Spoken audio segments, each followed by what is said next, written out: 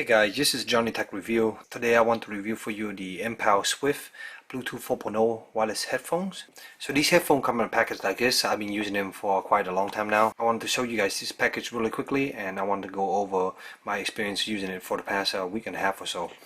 So inside you get these two little boxes, and in the first box here you get the headphone themselves. And the headphone come with about 2 feet of tangle-free cable, as you can see here.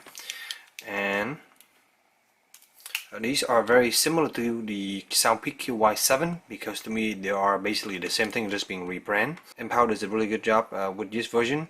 Everything you see here look really nice, and not really any different from the Soundpeak version, except you get a little bit more accessory, and I'll go into that. So anyway, here's the headphone. You have the right side here, and this right side here there is the power button. There's also a pairing button right now. You have the volume up and down, which is also used to change track. This is the small ear tips being installed, and there is one of the ear stabilizer. The bottom of this side there's also a microphone built in right now. This light here will actually come on. On the left side there's not much to it except a little micro USB charging port, which is right out. The cable itself is tangle free and is flat, and in my usage it works pretty well. And you just run this behind your ear. You have about 2 feet with this, so it's plenty of space now. In my experience using this, putting this in my ear, running it around behind my neck, I didn't have any issues with the cable rubbing noise. There was very small amount of cable rubbing noise, which was really good due to the design of these things. By the way, you also get a small little user manual, just really quick instructions showing you how to pair it, how to use it. Pretty simple. So here is the accessory package. Similar packaging. In here you have some ear hooks. These are the ear hooks that go in the ear inlet inside your ear, and this also is designed to keep your headphone in place. In my experience, I didn't have to use these. The stabilizer in here has also worked well. So other than that, you also get a micro USB charging cable, and then finally you get some additional tips. So with these package, you basically get 3 set of tips, 3 set of ear stabilizer, and then 3 set of ear hooks. Quickly, I want to go over it again, the comfort of these headphones. Using the these are the small side, but I usually use the medium side. The medium size fits me really well in general for most headphones. And with these, I can use them for 2 or 3 hours with no fatigue or any pinchings.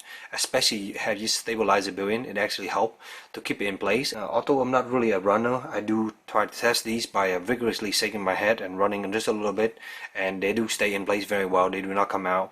A lot of people report that in general these kind of headphones here are really good for running so far, and the cable rubbing noise is down to a minimum when you pair a headphone. If you put an earpiece that's way too tight, you will get a lot of cable rubbing noise. You want one that's almost perfectly fit. If you have it too loose, you will not get a good isolation, and you will not get good bass. So definitely you want one that fits you well.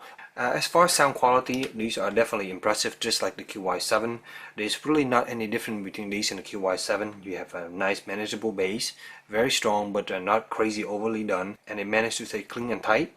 The mids are slightly accentuated, so it provides a really nice lively vocal sounds, while the highs remain extremely clean. So basically every range in the frequencies are being slightly boosted, especially in the bass and in the highs.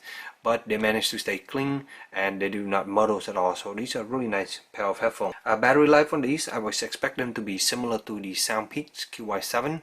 The Soundpeak QY7 to me roughly have between 5 to 6 hours. But I found these are slightly less. I don't know why. Maybe it's just a sample, or maybe that's how they are. But using these 4.5 hours and I'm dead.